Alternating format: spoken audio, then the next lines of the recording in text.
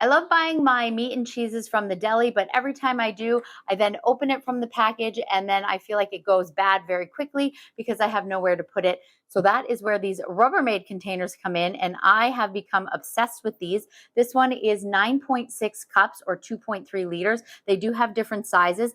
I love the little snaps on the side, kind of tough to open, which is good. And watch this, that you got that nice airtight seal around there, because you do not want anything that goes in here, whether it's meat, cheese, fruits, whatever you put in here, to get exposed to that air, because that's what actually makes it go bad very quickly.